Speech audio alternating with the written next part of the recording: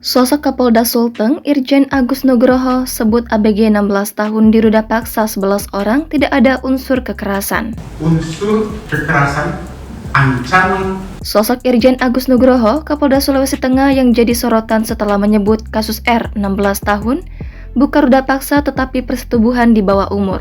Kita tidak menggunakan istilah pemerkosaan, melainkan persetubuhan terhadap anak di bawah umur. Akibat mengucapkan pernyataan tersebut, banyak orang kemudian penasaran dengan sosok Irjen Agus.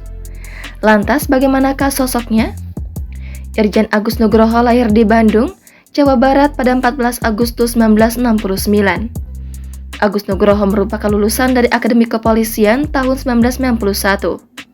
Setelah dari Akpol, ia melanjutkan pendidikannya ke perwira lanjutan Reserse Umum Angkatan 3 dan lulus tahun 1993. Lalu, ia melanjutkan studinya ke PTIK dan lulus pada tahun 2000. Selain itu, ia juga pernah menimba ilmu di Sespim Polri dan Sespimti Polri. Sedangkan pendidikan terakhirnya yaitu PPSA Angkatan 23 Lemhanas RI pada 2021. Di kepolisian, Irjen Agus berpengalaman dalam bidang reserse. Pada 2018, Irjen Agus Nugroho menjabat sebagai Wadir Tipidum Bareskrim Polri. Setelah itu, pada 2022, ia menjabat sebagai Pati Bareskrim Polri dengan penugasan di BPOM Deputi 4 Bidang Penindakan. Kemudian, pada 2023, Agus Nugroho diangkat menjadi Kapolda Sulawesi Tengah. Pengangkatannya sebagai Kapolda Sulteng tersebut dilakukan pada 27 Maret 2023. Seperti diketahui, R disetubuhi 11 pria berkali-kali hingga mengakibatkan sakit dan harus dilakukan operasi rahim.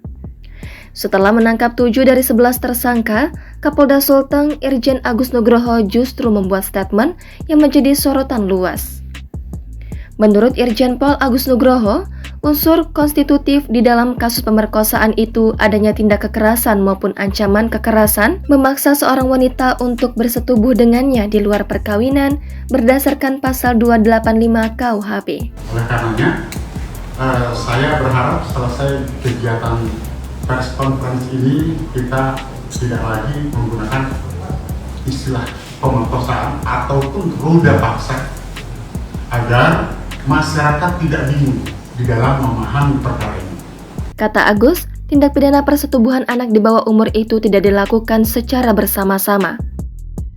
Modus dari pelaku menyetubuhi korban dengan cara bujuk rayu, tipu daya, iming-iming dengan memberikan sejumlah uang, barang, baik berupa pakaian, handphone, dan ada di antara pelaku yang berani menjanjikan akan bertanggung jawab. Modus operandi yang digunakannya pun bukan dengan kekerasan ataupun ancaman kekerasan, melainkan dengan bujuk rayu, tipu daya,